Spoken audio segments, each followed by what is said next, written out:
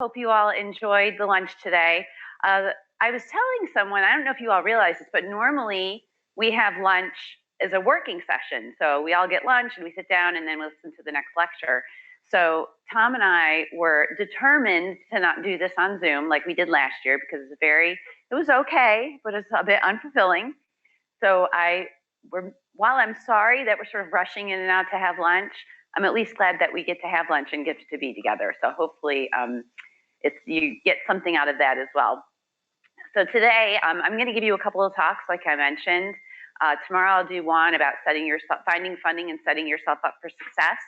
And I listened intently to some of the questions that you asked the panelists that we had here a moment ago.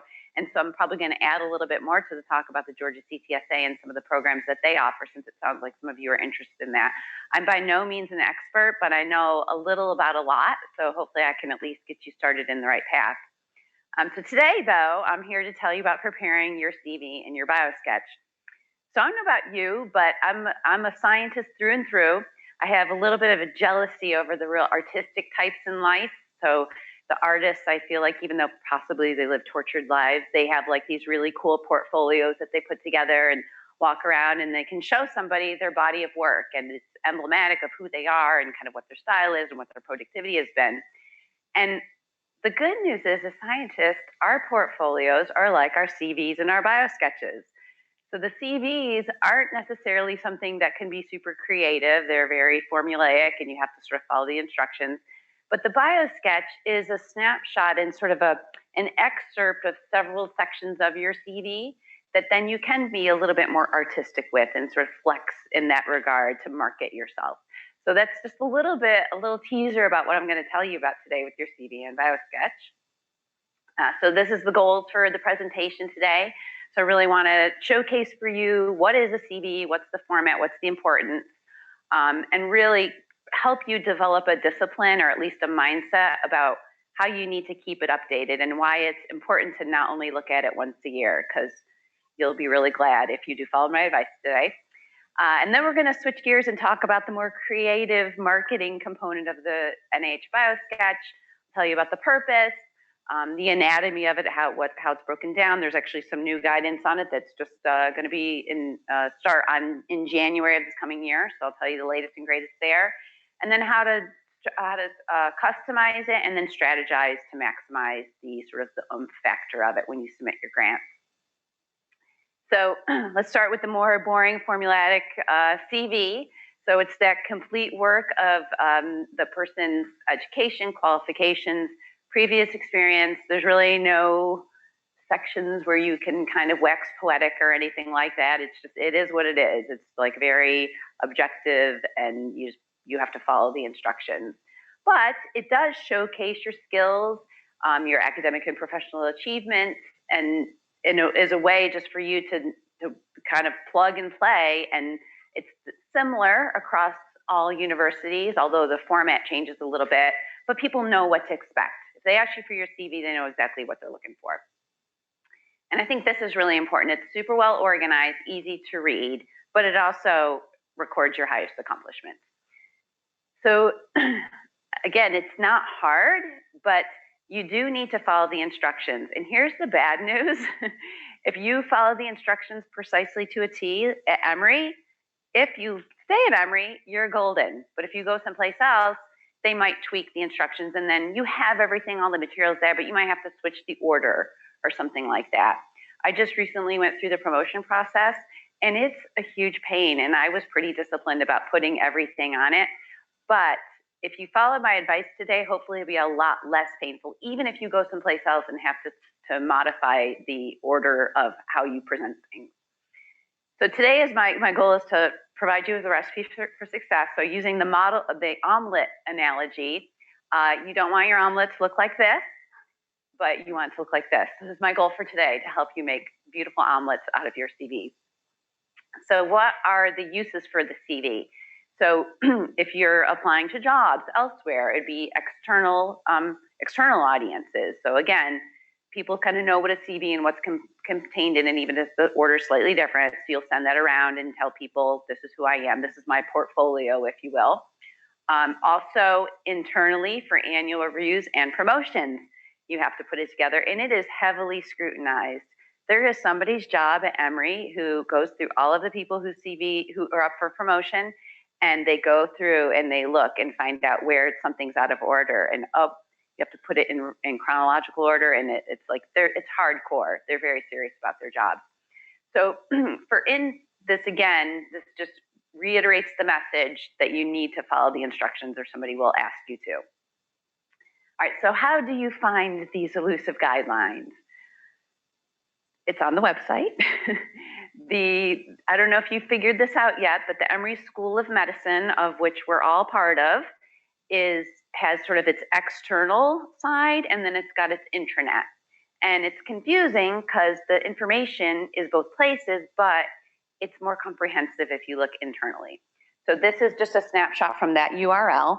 And I was telling somebody earlier today that my slides, I know in PowerPoint you're not supposed to put a lot of words, but I do put some words, more than I would normally, because all of these sessions that will be presented to you all week are being recorded, and the slides are being collected, and we'll put them on the Fellows website so you can access them down the line.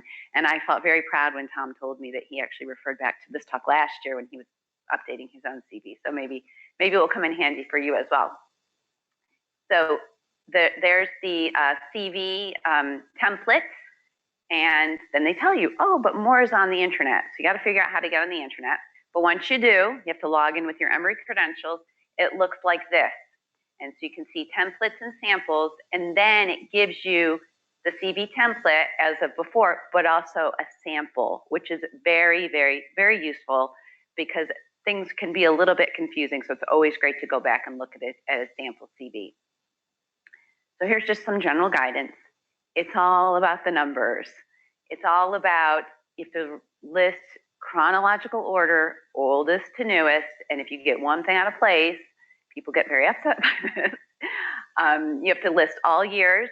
If you're still doing it, then you just list 2020, and then it's open-ended. Or I guess you do, no, to present, sorry. But if you've only done it for 1 year, then you just list the number 2020. So the convention is commonly known to the people, the CV police, we'll call them, and then people who are really looking at promotion and internal review for when it matters. There's a couple things that they do expect. If you have all your publications or your poster presentations, always want to bold your name, even if your name is different today than it was when you had that abstract or that publication. So they know to look, oh, the bolded name, that's the person whose CV I'm looking at. You always want to put, and this is very helpful for you too, put the date of revision at the top so you know the last time it was updated. So you're like, oh wait, I was invited to this conference. Did I put it in there? Didn't I? And you can quickly look at the top and go, oh no, the talk was after then, so I need to put it in there. And then including the name, page number, and the footer. That's Emory Convention. I imagine a lot are the same, but you should check. Oh, except there is one number, two numbers you don't put in, your license number or your social security number. So they used to ask for that, actually. You don't put your birthday or your kids' birthdays or anything like that. Sometimes you'll see that's really old school, but no, you don't need to do any of that. All right. So because this is about research, I really want to make sure that we talk about the components that speak to the research. You saw maybe on the intranet that there's the teaching portfolio, the service portfolio, all these other things that you'll need to keep up with as academicians. But today we're really just focused on the research.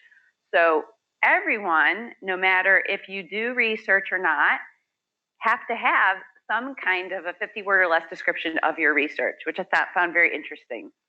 So it's really, I think, reflective of the fact that when we're in academics, even if your primary job is for teaching or for clinical, there's an expectation that you'll have some kind of scholarly endeavor related to research.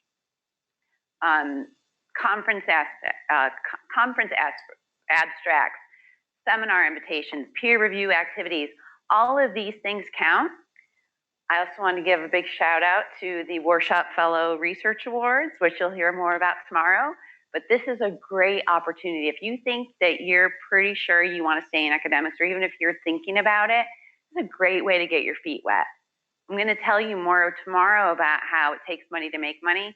Once you get your first grant application, it kind of opens up the door. I think part of it's because you're sort of learning what it is for grantsmanship purposes. But then also, once other people see that you've been invested in, somehow it opens up this door and the mindset changes. So I think it's really important. All right, let's make sure this is a little bit jumpy, isn't it? Okay, so I recently added this to the talk because I think it's really important to talk about persistent identifiers and how they can make your life a lot easier. So what this basically is, you probably already know this, so the risk of telling you something you already know, it's a long-lasting reference to this digital resource. So no matter where you go, you plug in the number. If you look at a DOI for a publication, you don't have to know the reference. You just Google that, and there's the publication. So it's a really wonderful way to be able to track exactly what you want to know. URLs, they break. A lot of times they go nowhere. Sometimes I was looking recently for some kind of a syllabus for 2020, and I thought, oh, let me just change the URL of 2021. Oh no, they had to change the whole URL. But the DOIs are different. They will always stay the same. It's something, very few things you can count on in this world, but right now at least DOIs are one of them. So the ORCID ID, which is at the bottom here of the slide, is something that's almost like your own DOI. So no matter if you change your name or you change institutions or whatever you do in life, your ORCID ID will stay with you, and you can apply for one today because it's easy, it's free. It's something that I highly recommend you all do before the week is out if you haven't already. Just by show of hands, does anyone here yet have their ORCID ID? Oh, that's lovely. Congratulations. It's the first day of the rest of your life. The rest of you will soon get one too, I have no doubt. So the other good thing about it is it connects with a lot of other tools. So when with all the whole thing with COVID, I got involved in a lot of COVID-related research projects, which then enabled me to be a co-author on publications. And if I just put in my ORCID ID, it was perfect. They instantly kind of come to me and show up in some of the other tools I'm going to show you. So everything is connected, and it helps you really keep track of things. So again, anybody who participates in scholarly activities can get this for free of charge. And so you can do that with, here's the link, register and go in, set it up, and you'll be good to go. So we talk a little bit about then how does this sort of fit into the web of everything? And you know, Ravi Patel this morning talked about like curating publications in a certain area of research. Well, what about curating your own publications? So you got to get them on your CV. And you know, early in your career, it's a little bit easier. You kind of keep track, you know exactly what you have. But later in your career, like maybe people put you on their publication, you forgot about it. Well, what happens is especially if you have your ORCID ID, but even if you don't, what happens is there's I don't know what they're called, but basically there's a term for it, you probably all know, where the universe goes out and pulls things in that they think are yours, and then you say, yes, no, it's mine, it's not mine. So this MyNCBI, which is used for a whole bunch of things, a bunch of databases, but you can use it for your own database. And then later in the talk today, it's going to become really important because as we talk about your Biosketch, you're going to want to have used MyNCBI so that you can then have this one link that anyone can click on, and it's all your publications. And it's something that you curate and keep up to date. Ravi Patel was telling us there's another Ravi Patel at Emory, and it gets very confusing, so much so that they mixed up paychecks, which is not good. Well, it wasn't good for one person anyway. And so he is heavily relying on this. He said Ravi Patel is a really popular name, and there happens to be another one, Emory. So these kinds of tools where you can curate and make sure your public image is exactly what you want, and that it's only you, this Ravi Patel, and not this other one, this is the way you control that. So we'll get back to my bibliography and Sci and CV in a few slides once we get to the CV part of the talk. Okay, so let's talk about good CV hand hygiene, not hand hygiene. So in real time. So after this week, I'm going to go into my CV and write down that I did this talk. I'm also going to, I probably shouldn't tell you this, but I want you to be honest because it's always about continuous improvement. But we look at your evaluations and we want to make sure they're all de-identified. We won't know who you are. We want to know, like, was this useful to you? Was it not? I'm telling you, the 14 people who responded to the evaluation yesterday, thank you. Because we want to hear it all. We want to hear what you liked, what you didn't like. We're constantly, as we described on the first day, looking to your feedback to making sure that we're continuously evolving and giving you the information that you need and not focusing our precious time on things that maybe you heard 3 months ago or something like that. So please give us your feedback. It counts in promotion. And so we want people to be able to say how many people were there and sort of what the general consensus was. Another thing is, again, start using your ORCID ID now. You can connect it. You use it anytime you submit a manuscript, any kind of professional activities. It's always tied to that. That follows you around.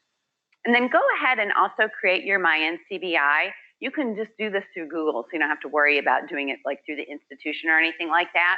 So just to sort of explain it in a different term, it can be used as this publication content repository. Emory has one first, or Emory has one as well, which confusingly is actually called Emory First. But this is the one that no matter where you go, it can be your publication repository. It also provides that link that then you can use later for just to click at a link, you can look at anyone's publications. Okay, this is what you're here for, right? Hot tips for a cool CV. All right, so it literally is a living document. Don't like file it away and only look at it once a year. Maybe just have it on your calendar quarterly, open it up. What have I done? What are the things that I'm missing? What do I need to add? Even if it's ultimately not a section of the CV, put it in there. I went to a career day at a middle school. Who knew? Put that on there. Like that stuff matters. Use your ORCID ID regularly. Make sure that you're always curating and having this authoritative list because it's a lot easier to do as you go along than to take stock at the end of the year. And then just remember kind of like what are the things that you want to be looking at. If it's anything scholarly, you know, lectures, invitations, the panelists who were up here just a little while ago, they'll put that on. That's a part of mentorship. It's a part of scholarly activity. It's a part of building the next generation of physician scientists. So all that kind of stuff counts. They do it because they want to and because they really want to help share with you what they learned, but it also counts towards sort of their academics and their promotion. And really, I promise you, edit ruthlessly. I just thank goodness for people like that in the world who go through these CVs with a fine-tooth comb and pick out where 2012 accidentally came after 2013 and not before, but these things matter for some reason.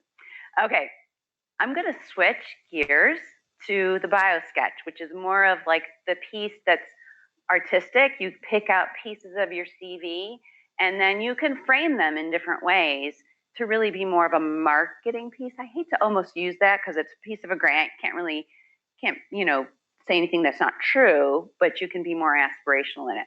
But before I do, I just want to ask if anyone has any questions about the CV. Yes. Well, it's about the CV, so I expect nothing less.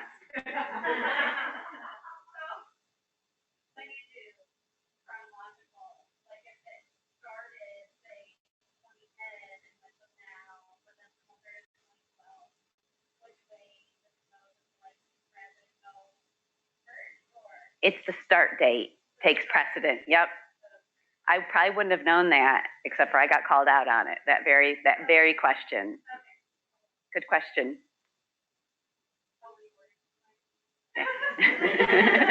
Unless you go someplace else, or spoiler alert, unless you're doing your Biosketch, because it's reverse chronological. But we'll get to that in a second. Any other questions? Okay, you guys ready for the Biosketch? Okay, so Biosketch. This is typically something that's included with an NIH Biosketch or NIH grant application, excuse me, and a lot of foundations ask for it too. There's some foundations that are giving out money that want your CV, but rarely. They usually want your Biosketch. The good news is they don't really care normally like what format it is or which iteration, but we're going to talk about the NIH Biosketch today because that's the latest and greatest and that's kind of the gold standard. So CV can be, I mean, some pages are more, some CVs are more than 100 pages long. It can get really ridiculous when you get way up into academics and been around for 25 years. But biosketches, no matter who you are, maximum of 5 pages. It can be, as I mentioned, a little bit more persuasive. You're going to want to put more thought into it. It's just not data. It's framing that data in a compelling way to say what you've done, who you are, to also talk about what your potential is. And so we'll get to that in a second. So I'm going to go through the nuts and bolts of a biosketch. So you'll see here, it's highly formatted again. There's instructions, as there are with all government agencies. And this is what the first page looks like. So you got to look at the form page. You have to use the form page. And right up here it says, oh, this is approved through 8/31/2015. Yeah, this is wrong, right? Which is interesting because I think I actually took this from the website. But anyway, so speaking of the website, here is the Forms Biosketch. I'm going to focus on the Fellowship Biosketch. You're going to have moved on and graduated from this soon enough. There's only really one key difference, and that is that the Fellowship Biosketch has an extra section. So I'll get to that in a moment, but just know that there's sort of 2 flavors. I'm showing you the Fellowship one today. Got instructions, and then here's again the samples. You don't have to go on any intranet like with Emory. You can look at the samples straight away. Here's the different sections. That heading with that table at the top, and then here's A, B, and C for everybody's biosketch, and then for the fellows biosketches, that section D is also included. So let's talk just ever so briefly about the header so you can see what that's all about. Ta-da, that's what it looks like. That's all about your education. That's where your residency will be put into the table at the top. That's where your fellowship will be put in at the top. It won't be a degree, but you basically say residency, fellowship, and then you can put in your field of study over here. Okay, your name at the top, ERA Commons User ID. This is another thing that can follow you through your career. You are welcome to get one now if you want. You just have to go through our Office of Research Administration to get one. You really don't need one unless you're going to apply for like a T32 or an F award or some kind of government grant now. You really don't need it. But if you do, it's not hard to get. So you can get it now. You can wait till later. It doesn't really matter. That's the header. Okay, let's talk about the personal statement. Personal statement's my favorite, by the way. It's very fun. You can probably use the alliteration that Dr. Oster told you yesterday you can't really use in manuscripts and things like that if you want. You make sure you would definitely get set apart for it. I don't know if I would necessarily recommend that, but you'll see what I mean in a moment. So this is just to show you what the approximate length is of the personal statement. So this is page 1 of a biosketch. Typically, the personal statement doesn't lead on to page 2. Sometimes the references at the bottom will, and I'll tell you more about what those references are and citations in a moment. But here's the personal statement piece. Okay, so these are the instructions from it's called the SF424 kit. That's the government application kit instructions that are probably about 175 pages long or something like that. But on this, you can see it tells you briefly describe who you are, what your role in the project will be, relevant aspects of your training, what your previous experience has been, basically like saying what you've done and why you're the best person to be playing whatever role on this research is, and why your past experience will predict future success. And then here's the citations I said at the bottom. Remember it said like A, B, C, D or something like that. You're allowed to cite up to 4 things, whether it be a project that you worked on or a data set that you created or a publication or an abstract or something like that, just as further evidence of, yes, this led to something. So that can go into your personal statement. It can be a lot of different things. And so you are, notice at the bottom, you are allowed to cite those interim research products. So that's those preprints that Dr. Oster talked about yesterday. So that's another reason to do a preprint if you're not going in for JAMA or the journals he said not to, that the preprints can actually be put onto your biosketch, and it's sort of this authoritative data source that, yes, your information is out there. And again, it can sort of do the shortcut in terms of having it out there so people can go and look at it if they so choose. All right, so let's talk a little bit about the research products. Could be audio or video, the conference proceedings, databases, curriculum, you could have that. The protocols, software, networks. So there's a whole bunch of different things, which I really like this because it kind of opens it up. It's not just sort of the normal, it used to be back in the old days, there's grants and publications and that was it. This is recognizing there's a lot more to research productivity. So the length, again, should not really bleed on past that first page. You want to customize it for each new grant application. This is really important because it's your opportunity to explain exactly who you are and why this research project is the logical next step in your career and what you're going to do and why you're the right person to do it. And it allows you to highlight the relevant past experiences that you've had. Even if it's not research related, you can still put it in there if it explains kind of like why you're the right person to do this research. And it's really, I say a lot, the best predictor of future success is past success. And so really explaining that in detail is very helpful.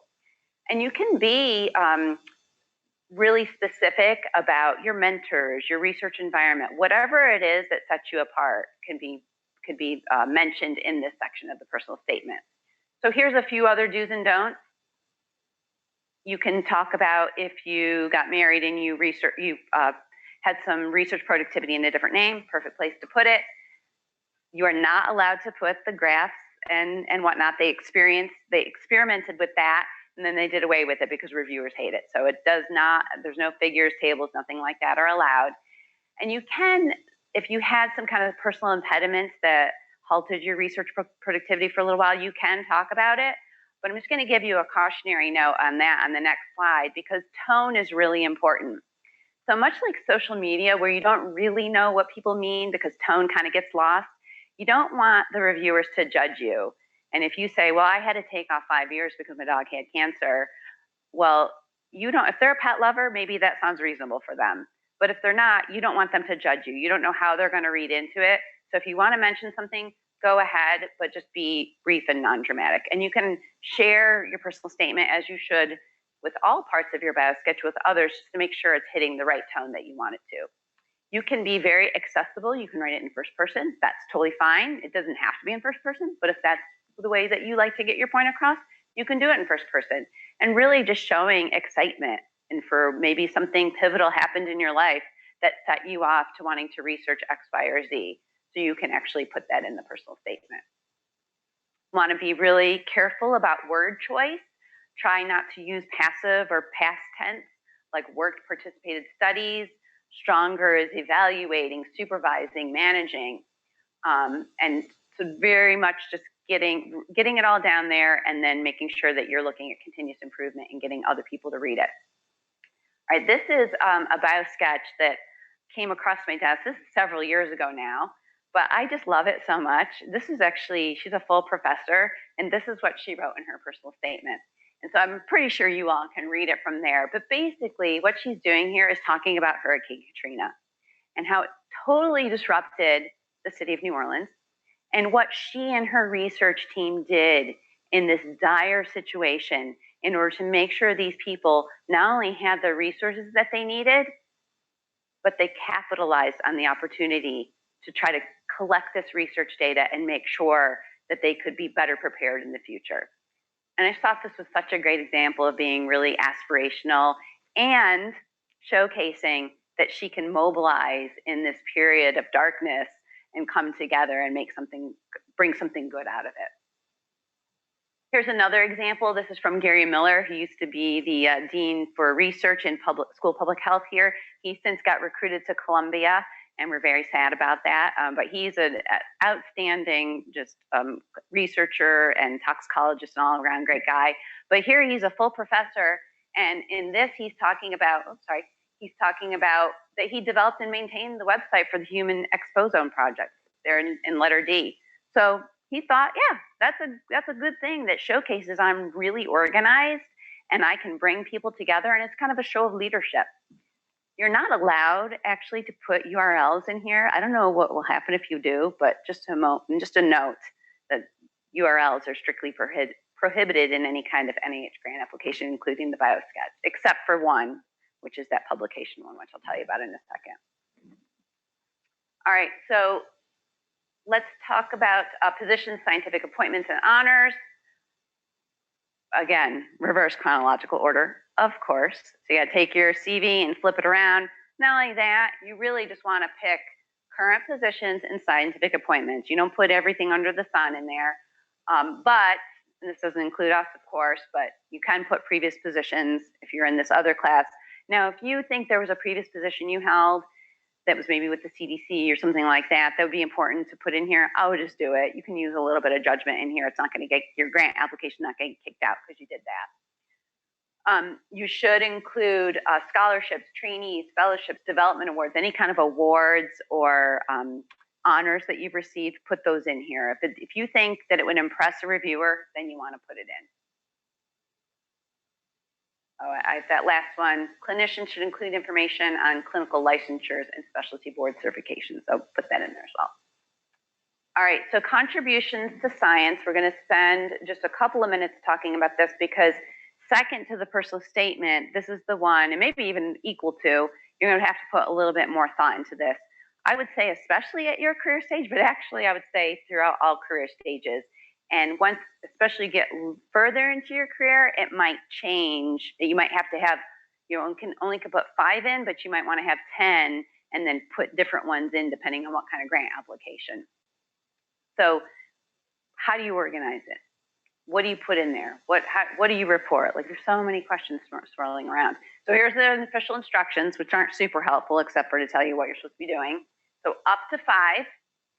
Indicate the historical background, like it's a contribution to science. So that's what we're all here to do in research, is put knowledge out there so that people can pick it up on Twitter and figure out exactly what it means and have this sort of continuous improvement. So what is the historical background that frames why you were working on this? What were the central findings? What was your specific role in those central findings? Super important. You're not allowed to do the figures and tables again. And then really hitting it home with what is the influence of those findings on the progress of science and the application of those findings to health and technology. So really, again, not being insincere or putting a hyperbole in there, but really just stating like this was important and here's why. More instructions. This is just, can't have more than 5. They can't be more than half page each. I'm here to tell you there's not anybody who's checking the dates like they did with the described in my CV. So if you go past the 5 page, that's it, you're done. But the rest of it's probably a little bit more lenient. You can, under each contribution, put up to 4 citations if you so choose. I've seen people put 5. I don't know, I don't think they get rejected, but I will say if you have a reviewer who's looking at your Biosketch and you don't follow the instructions, you never know what's going to make them mad. So I just advise everyone to follow the instructions. The citations do not have to be authored by you. So if you say, I joined Dr. Prahal's lab and worked on this research project that he had, and just prior to me starting in his lab, he produced this seminal paper, and this set the path for what I was to do next. It's okay that you're not on that paper. You can cite that because it helps frame the historical context. I kept talking about my bibliography, right? This last bullet, super important. If you create your My Bibliography through My NCBI, you can curate that list of publications. And this is really the only one that they allow. They used to allow any publicly available link, but I don't think they allow Google Scholar or anything like that anymore because it has to be a government issued URL. So this is the one that you can put into your Biosketch. So even if you don't have enough room to put all your citations in within the 4 in the personal statement and the 4 under each contribution to science, this is how you get that information out there. And then the good news is if you get another publication in between the time you submit it and the time it gets reviewed, your new publication is right there for the reviewer to see. So how do you really think about your contribution to science? You know, we're all here because we want to make a contribution, presumably. So really just making a list, putting a lot of thought into it. What did you do in your residency or medical school or even undergrad? What did you do? What did the team do? What did you learn from that? How does it set your trajectory on where you're about to lead? So remember, you're sort of painting this canvas about what your contribution to science has been, but then you also want to kind of have a teaser of why then it sets you up for success in what you're about to do. So here's a question. It says you can do up to 5. So shouldn't I just like put in 5? Is it better to wow them with substance or style? And what kind of creative liberties and persuasive language can you use? So I say you can use a little bit more persuasive language, but you do need to be careful. Again, this is where having your colleagues read it can come in really handy to make sure that you're not coming across too strong. And here's the answer to the first question. This is specifically in the instructions. The guidance to junior investigation trainees is that you shouldn't do 5. Don't fill it with number. You want to have substance in your responses. Better to have fewer, well documented, than more, less documented. So that sometimes means instead of taking one contribution and spreading it out into 2 or 3, just put it all into one. Make sure it reads really well and has a lot of impact. You want to really try to focus on research related.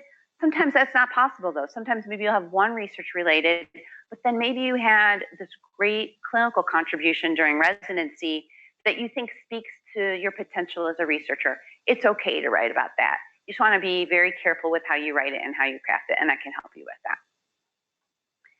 I really like it, especially when I read resident and fellow biosketches, if you put a heading at the top of each contribution. Because what that does is it anchors you. It makes you really focus on what the punchline, what is this contribution? And then it helps you organize your thoughts and really map it out clearly. And the reviewer can say, oh, that's what this is. And I'm about to read more details about it. So I think it's a really nice sort of disciplined activity for you. So here's just a couple of contributions that I wanted to share with you. So again, going back to Gary Miller, the full professor who moved to Columbia. Here, this is a contribution he wrote where he talks about during his postdoctoral training. So even though here he is full professor years and years away from that, it's still something that was very influential in the understanding of these neuroscience or neurochemical transmitters. Sarah Schultz, who is a PhD over in the Marcus Autism Center, she's phenomenal. And here's something she did that was seminal research in the Autism Research Center. She developed this novel method for quantifying viewers' moment-by-moment implicit assessment on perceived stimulus salience. This is eye tracking that you may have heard about them doing. It's super cool stuff, and she was instrumental in developing the method.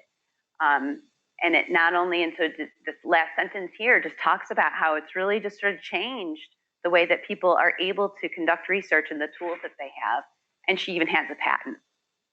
I think this is a nice example of a different kind of a contribution.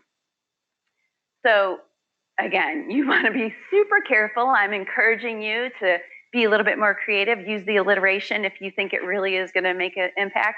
But you do need to make sure you don't sort of tiptoe into the sort of arrogant area. I'm here to tell you that not many pediatricians are really capable of that in my experience. I think pediatrics is the most wonderful discipline in the world. But you do want to be careful, and so people like me or your mentor or somebody can read it to you and just sort of give you the straight dope on it. You know Jocelyn Grunwald will give you the straight dope because she doesn't mince words. I'm sure you all noticed that. You don't want to misrepresent everything. If you were like, oh, well, I should have been first author on this, but I was second, and I'm really bitter about that, I'm just going to say I was co-first author. Don't do that, because somebody will catch it, and that is enough to sour and tank any kind of impression a reviewer will have on you. So I'm just going to briefly talk about this last section that I don't actually know that much about, and I'd be interested to hear. I don't know if you guys would really do this or not. I'll tell you that for the Warsaw Fellow Research Award, when you submit your applications, which I hope you all do, maybe not this year, next year, if you didn't have this in, I wouldn't really care, but there might be some F grants, for example, that you apply for that you will need it. So this is so just for these certain kinds of grant applications. And let's see what it says. Oh, okay, here it is. Postdoctoral applicants. List by institution and year all graduate scientific and or professional courses with grades. I don't know, would you do that? Tom says no. Well, if you need to do it, I guess you have to get your transcript and put the grades in, but it all has to be within the 5 pages. So if you encounter this, I don't think very many of you will, but if you do, you can come talk to me and we can figure it out.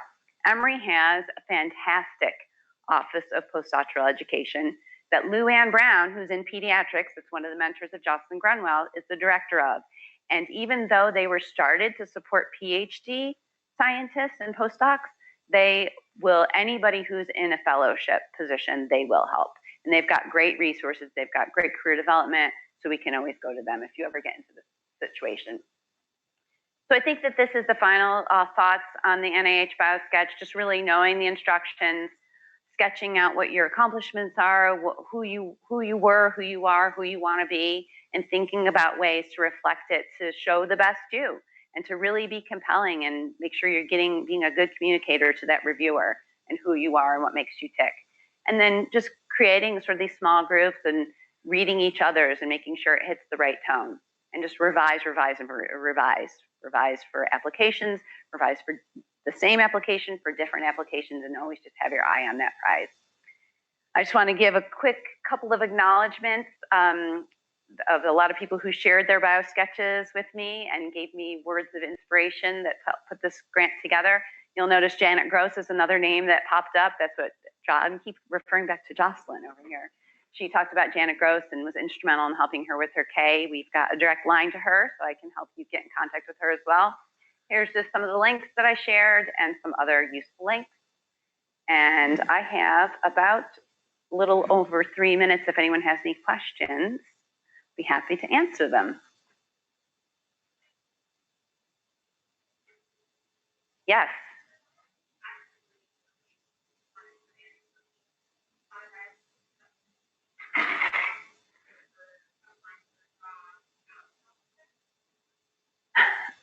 Probably not a job. It would be the CV.